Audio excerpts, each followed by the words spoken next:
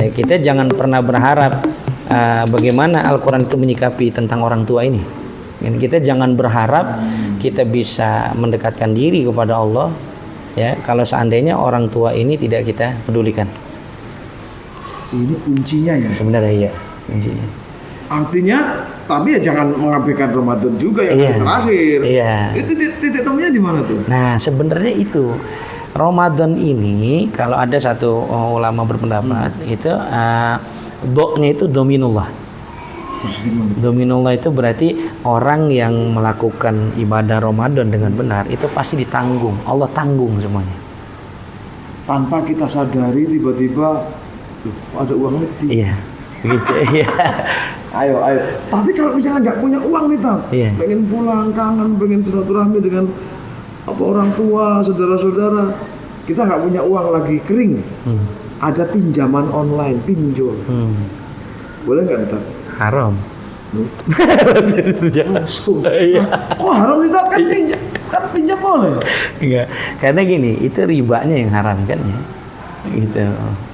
Oke.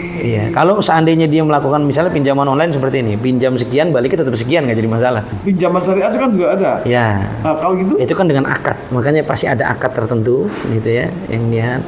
Nah, memang kalau kita ngebahas juga panjang juga sih ya, gitu ya.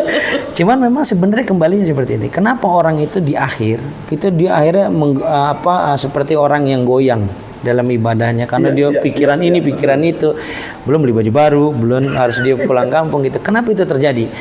Karena sebenarnya sudah diberitahu dari awal, bangun hatimu untuk berconnecting dengan Tuhan, connecting dengan Allah.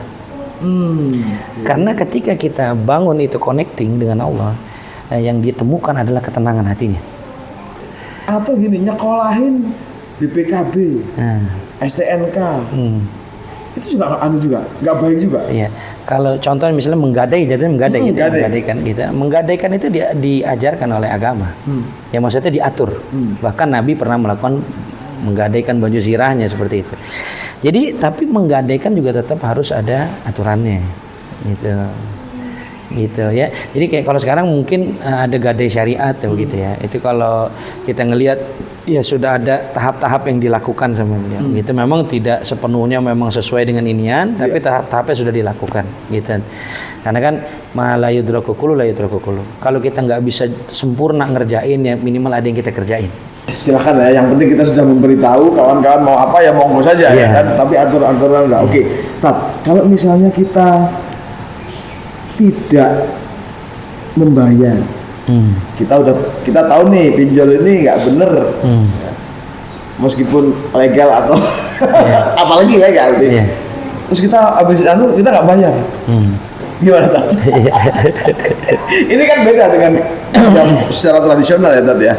Kita udah minjam, terus kita mangkir aja nggak bayar gitu. Jangan melakukan kesalahan 2 kali.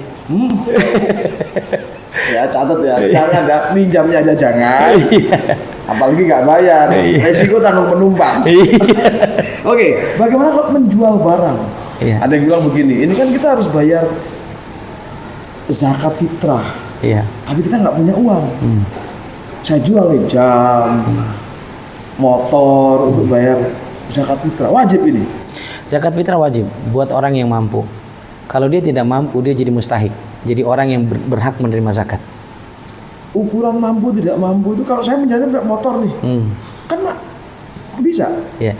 Jadi ukuran mampu atau tidak mampunya di mana? Ukuran mampu dan tidak mampu itu ketika kita sudah tidak ada yang bisa kita usahakan, ya, itu berarti kita tidak mampu sudah. Berarti jatuhnya kita adalah orang yang berhak menerima zakat.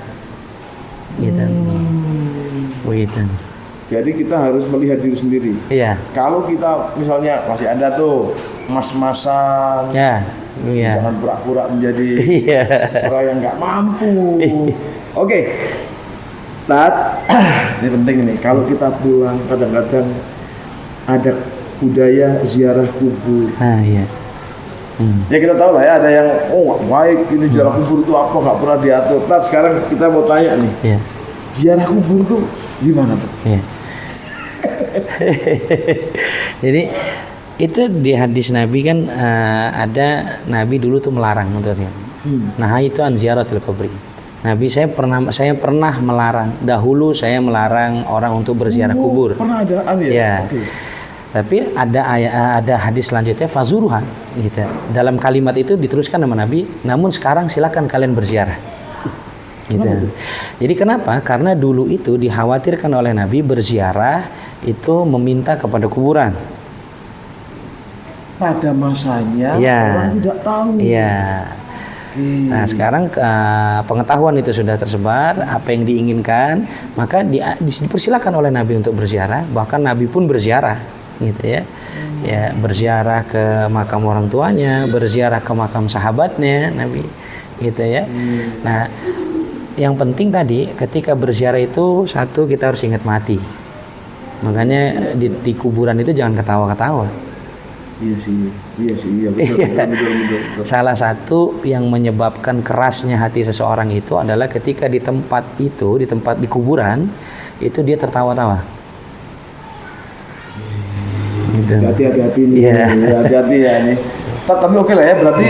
Tapi kalau ada yang tetap tidak mau itu ya silakan saja ya. Silakan. Monggo saja gitu. Tapi yang pasti pernah ada cerita, pernah ada hadis yang semacam itu ya silakan. Nah, pertanyaan pamungkas ini, Tat. Kalau semua hal itu pengen dilakukan tapi nggak bisa, ya saudara-saudara kita di luar negeri nih, dia nggak libur, apa segala macam, TKI nggak libur, silaturahminya dengan video call kan bisa sekarang.